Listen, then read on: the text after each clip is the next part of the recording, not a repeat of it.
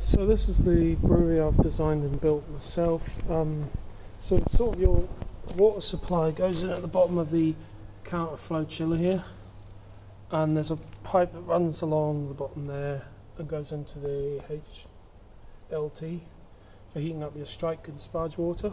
The reason it goes through the counterflow chiller first is so that I can reuse the waste heat from chilling down a batch of beer to then clean the system out with hot water or start another batch. Once it's full, I have a extra valve for draining into the gutter or whatever when the HLT is full. So anyway, the HLT has got a 4 kilowatt element, and so does the boil kettle. Mash tun's just got one of these sieve plates, and the spoon on the end there is for sprinkling the water on top of the mash rather than just dumping it on. She works really well. On the boil kettles, the same. There's a pipe to take liquid from the edge so it doesn't suck up the trub. And when you're draining the mash into the kettle, this is where it comes out here. Anyway, so underneath all the valves and pumps are controlled by this control box here. So I don't actually have to manually open any of the valves. It's all done by the controller electrically. So anyway, what happens is when I want to strike, that valve there opens, it drains into that pump and goes up into the mash tun. There's actually also an underback, which is that plastic thing there, and that clear tube that runs up the outside, so that I can see that the level on the mash and the level in the underback area is the same, so that the pump doesn't run dry.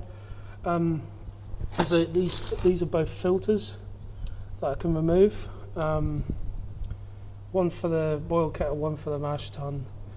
These plastic guards are just basically to stop whatever drops out from covering the whole pipework and the electronics underneath.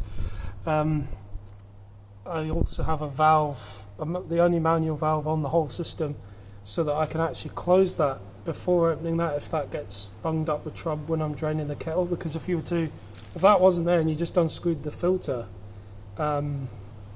the whole contents of the kettle would end up on the floor. So that's a good idea. So anyway, when I'm draining the mash, I can either open that valve and drain it into the pump and ball off over the top, recirculate, or there's a valve behind there that then goes into this pump and puts it into the kettle.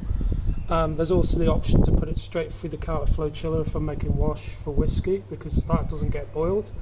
Once the boil's complete, it drains out, that valve there opens and it goes through the counterflow chiller straight into the fermenter. We'll put the power on, and let's see. Right, so in order to the system's completely unenergized until I press this green button, which activates the contactor, and the temperature probes that are in all three vessels display here, and then I can control the valves manually with these selector switches. So if I wanted to strike, I open valve 1 and then pump 2 comes on, which I won't turn on because there's no water in the system. But so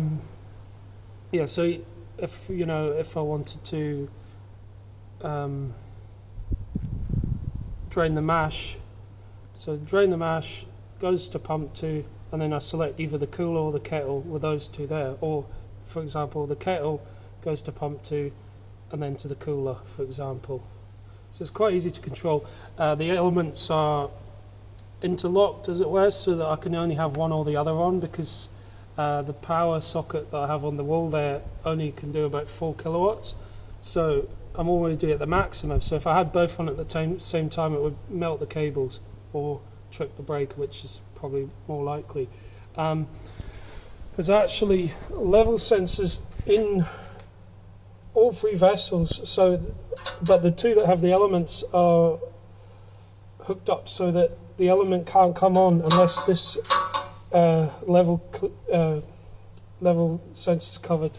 Same with the HLT. So you see that's floating and it slides up and down. So that means that there's absolutely no possible way that I can burn my elements out. Yeah.